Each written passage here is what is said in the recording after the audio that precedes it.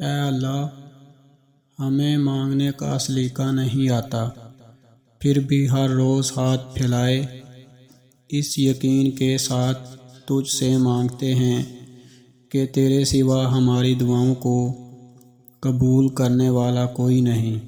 اے مالک، ہماری ٹوٹی پھوٹی دعاؤں کو نہ دیکھ، ہمارا تجھ پہ جو یقین کامل ہے اس کو دیکھ اور ہماری حاجتوں کو پورا کر، آمین۔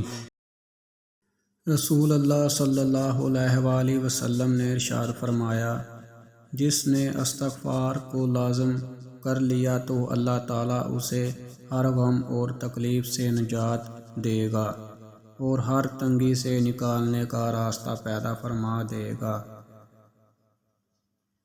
اسے ایسی جگہ سے رزق عطا فرمائے گا جہاں سے اسے وہم اور گمان بھی نہ ہوگا۔ حضور صلی اللہ علیہ وآلہ وسلم گھر تشریف لائے تو روٹی کا ٹکڑا گرا ہوا دیکھا۔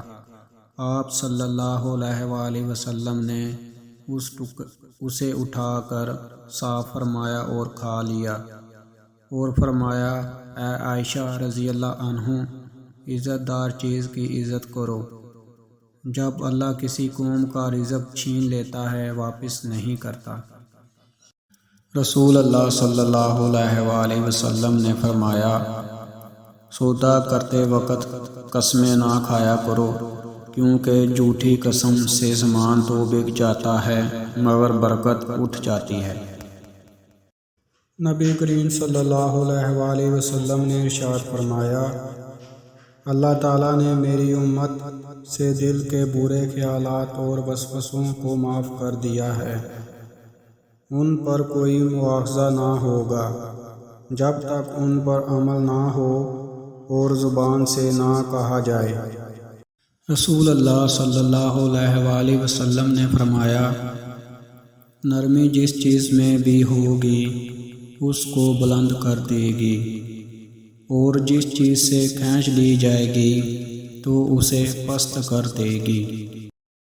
رسول اللہ صلی اللہ علیہ وآلہ وسلم نے فرمایا، ایسے شخص کی بد دعا سے بچو جس پر ظلم کیا گیا ہو، اس لیے کہ اس کی بد دعا اور اللہ کے درمیان کوئی آر نہیں ہوتی۔